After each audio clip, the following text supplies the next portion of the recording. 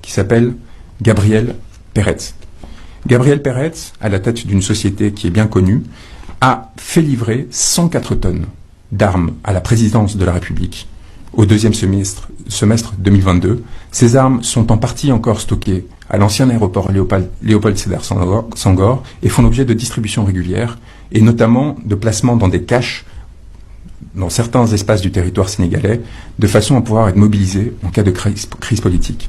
Ces 104 tonnes d'armes constituent principalement des munitions pour des armes lourdes et des armes légères, ainsi que des armes légères qui ont été livrées et qui sont à disposition de la présidence en dehors de tout contrôle démocratique, comme s'il y avait la possibilité de s'approprier ces faits-là. Le financement de ce contrat nous semble être lié à toute une série de fonds spéciaux qui échappent au contrôle politique sénégalais et des représentants de la nation sénégalaise. Ils sont permis aussi par des avances qui sont faites par Gabriel Peretz, des lignes de crédit qui ont été octroyées jusqu'en 2024 à hauteur de 300 millions de dollars.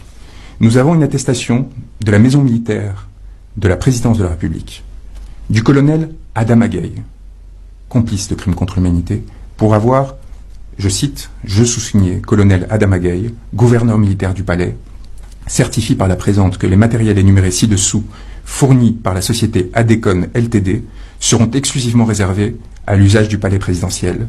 Munitions 5.56 x 45 mm de 500 grammes, quantité 3 550 000. Munitions 9 mm, quantité 3 250 000.